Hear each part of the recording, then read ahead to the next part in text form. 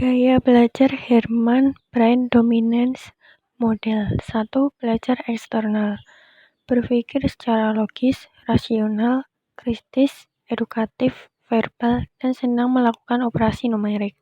2. Belajar secara prosedural, merencanakan pendekatan, mengatur, dan mengevaluasi hal secara rinci.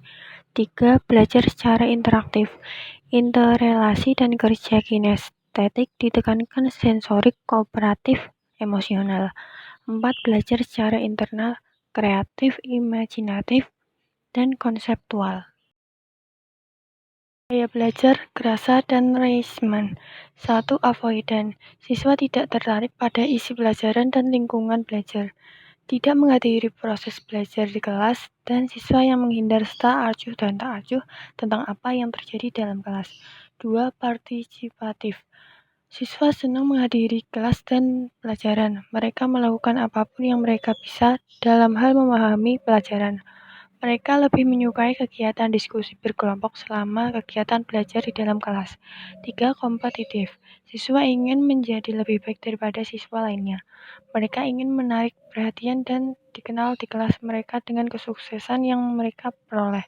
Mereka menjadi ketua kelompok selama diskusi kelompok dengan siswa lainnya, dan menganggap bahwa mereka lebih baik daripada siswa lainnya. 4. Kolaboratif.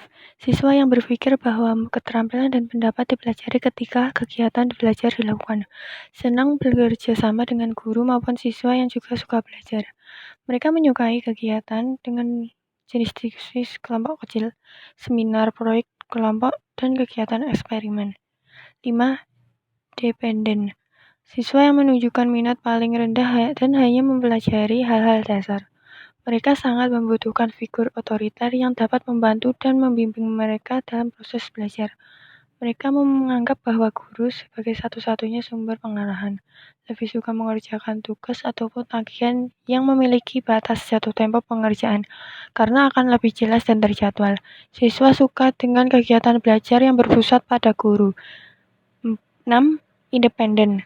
Siswa yang senang dengan konsep belajar mandiri dan mengandalkan keterampilan belajar, suka belajar sendiri dan memiliki pemikiran yang bebas. Siswa dengan tipe ini suka kegiatan belajar yang berpusat pada siswa student-centered approach. Gaya belajar Smith, Reeves, dan Ramanayana. 1. Academic self-concept. Bagaimana seorang siswa mendekatkan diri dengan kegiatan belajar dari dasar emosional. 2. Reflective processing. Bagaimana seorang siswa mengekspresikan dan menegaskan dirinya melalui kegiatan belajar. 3. Agentic processing. Bagaimana seorang siswa berfokus secara pribadi pada tugas belajar. 3. Methodical study. Metode apa yang digunakan siswa untuk memproses informasi. Gaya belajar Dunn dan Dunn. Gaya jenis ini diwakilkan oleh 5 rangsangan yang bersifat lingkungan, emosional, sosiologis, fisiologis, dan psikologis. Belajar gaya Kolb. Ini dari gaya belajar Kolb memiliki 4 tahap yang merupakan deskripsi siklus belajar yang sederhana yang menunjukkan bagaimana pengalaman diterjemahkan melalui refleksi ke dalam konsep.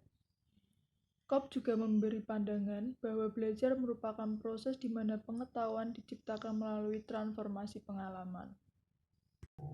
Dalam gaya belajar ini, Kolb merujuk pada 4 tahapan, yaitu yang pertama, pengalaman konkret atau concrete experience, di mana pelajar atau siswa secara aktif mengalami suatu kegiatan belajar.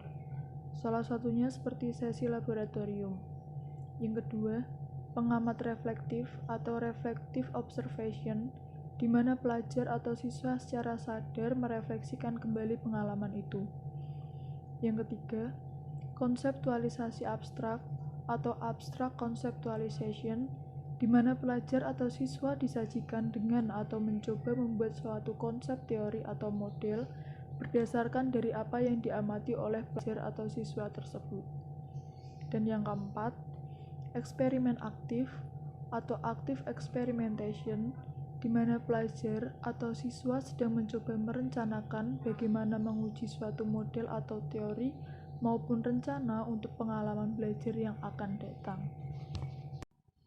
Gaya belajar Fard Neil Fleming and Collins Mill. Model gaya belajar Falk adalah gaya belajar yang dimodifikasi dari model Falk menjadi gaya belajar Falk oleh Fleming and Mills pada tahun 2006. Gaya belajar Falk mengandaikan bahwa masing-masing siswa dapat mengidentifikasi gaya belajarnya sendiri dan menyadari profesif indrawi mereka. Adapun penjelasan dari teori Falk adalah singkatan dari visual, auditory, reading and writing, dan kinestetik.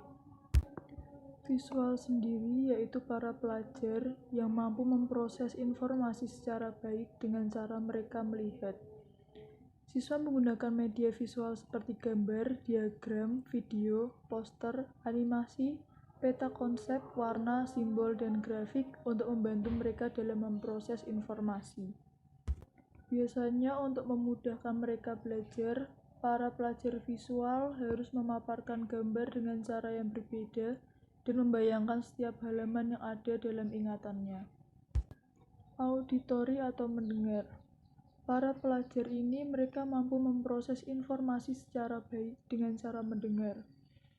Siswa mendengarkan ceramah, menghadiri tutorial atau presentasi, cerita dan lawakan untuk dapat memahami sebuah informasi. Biasanya para pelajar auditori, mereka belajar menggunakan media rekaman untuk memutar kembali sesi pelajaran. Pada saat proses belajar, tulisan catatan yang dimiliki oleh para pelajar auditori mungkin buruk karena mereka lebih memilih untuk mendengarkan. Mereka menyimpan catatan pelajaran ke dalam sebuah rekaman dan kemudian mendengarkannya. Reading and writing. Para pelajar ini memproses informasi yang tertulis lalu membacanya secara berulang-ulang. Siswa akan mudah memahami informasi jika mereka membacanya secara berulang-ulang. Siswa ini sangat menyukai kegiatan tulis-menulis. Kegiatan tersebut dapat merupakan merangkum kembali pembelajaran setelah gurunya menjelaskan ke dalam buku catatan dengan menggunakan bahasanya sendiri. Yang terakhir, kinestetik atau keterampilan anggota tubuh. Para pelajar kinestetik ini lebih mudah menyerap informasi dengan mempraktekkan secara langsung.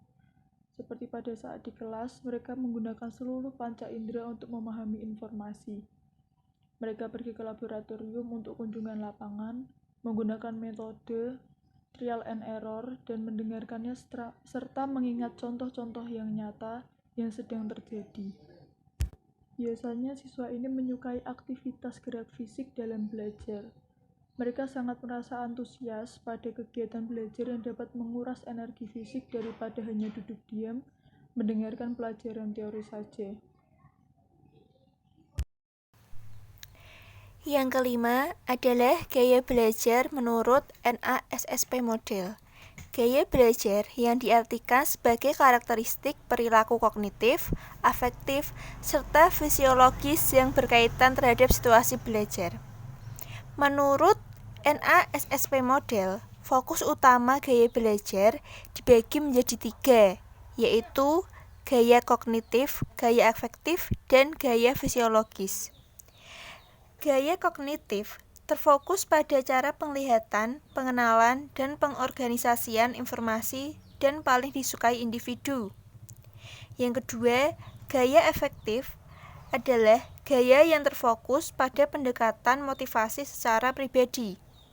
Yang ketiga adalah gaya fisiologis yang didasarkan pada fitur biologis seperti indera pendengaran, visual, atau kinestetik. Yang keenam adalah gaya belajar menurut Honey and Mumford. Menurut Honey and Mumford, belajar didasarkan pada 4 gaya. Yang pertama adalah gaya aktivis. Gaya aktivis adalah pembelajaran yang dilakukan langsung melalui percobaan dan kesalahan. Yang kedua adalah gaya reflektor, yaitu pembelajaran yang dilakukan dengan mengarahkan siswa secara menyeluruh sebelum melakukan kegiatan belajar. Yang ketiga adalah gaya teoris, yaitu pembelajaran yang didasarkan dengan meyakini bahwa kegiatan belajar tersebut masuk akal dan kompleks. Yang keempat adalah gaya pragmatis, yaitu pembelajaran yang dilakukan dengan mendemonstrasi dari seorang ahli yang diakui. Yang ketujuh adalah gaya belajar menurut Gardner's Theory Multiple Intelligences. Menurut Gardner's Theory Multiple Intelligences, setiap individu memiliki 8 atau lebih kecerdasan yang relatif otonom dan digunakan untuk menciptakan dan menyelesaikan masalah sehari-hari. Kecerdasan yang dimaksud berikut ini. Yang pertama adalah kecerdasan linguistik. Yang kedua adalah kecerdasan logis dan matematis. Yang ketiga adalah kecerdasan spasial. Yang keempat adalah kecerdasan musikal. Yang kelima adalah kecerdasan kinestik tubuh. Yang keenam adalah kecerdasan naturalistik. Yang ketujuh adalah kecerdasan interpersonal. Yang kedelapan adalah kecerdasan intrapersonal. Saya Nazareta Vanessa Yelinda termasuk pada gaya belajar reading atau reading, karena saya lebih suka mencatat, dan gaya belajar dependen, karena masih membutuhkan figur otoriter yang dapat membantu dan membimbing mereka dalam proses belajar. Saya Maria Angelina Febi Atmasari termasuk pada gaya belajar kinestetik karena lebih dapat menangkap sesuatu menggunakan contoh langsung yang diberikan, serta selalu mempunyai caranya tersendiri untuk belajar. Saya lebih dapat atau bisa memahami sesuatu menggunakan metode trial and error, karena di saat belajar saya tidak bisa hanya diam di tempat saja. Saya Jenny Wahyu Widyastuti termasuk pada gaya belajar organizer karena lebih suka kegiatan langsung secara nyata dan gaya belajar pengalaman konkret. Karena juga saya lebih suka pembelajaran yang langsung melakukan praktek-praktek secara nyata, karena itu akan lebih mudah diingat daripada harus membaca suatu materi atau suatu deskripsi. Saya Rutvina Rusnida Tambunan. Saya lebih menyukai gaya belajar partisipatif karena saya senang menghadiri kelas dan pelajaran, dan saya lebih menyukai kegiatan diskusi berkelompok bersama-sama kelompok saya secara langsung dan dapat bertukar pikiran bersama-sama. Demikian akhir presentasi kelompok kami. Kurang lebih mohon maaf bila ada kata-kata yang salah. Terima kasih atas perhatiannya.